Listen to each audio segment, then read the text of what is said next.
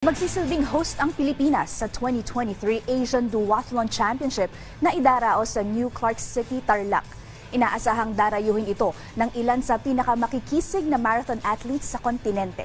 Yan ang ulat ni Rafael Bandayrel ng PTV Sports. Inaasahang nasa 50 elite men and women ang lalahok sa 2023 Asian Duathlon Championship na idaraos sa New Clark City, Tarlac ngayong darating na linggo, November 26.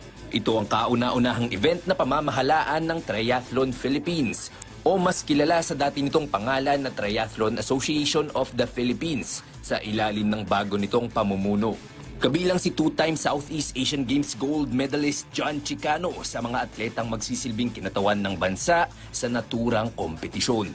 Aminado ang tubong Zambales na hindi pa siya tuluyang nakaka-recover mula sa injury. Sa kabila nito, nangako naman siyang ibibigay ang lahat ng kanyang makakaya.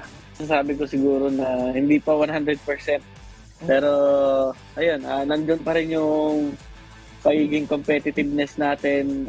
Kahit na nasasabi natin na may nararamdaman, handa tayo lumaban syempre para sa bayan.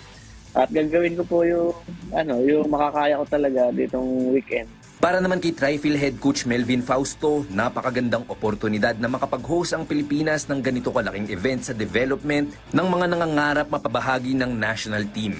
And even the up-and-coming na mga aspiring duathletes natin, mas madali nilang ma-benchmark ngayon. Hindi na nila kailangan pumunta ng Malaysia, pumunta ng mga Asian Cup o mga Asian Championships abroad.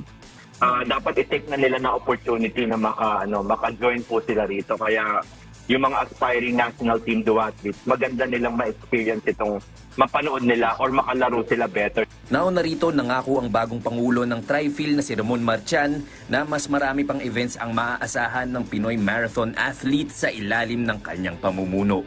Rafael Bandayrel para sa Bayan.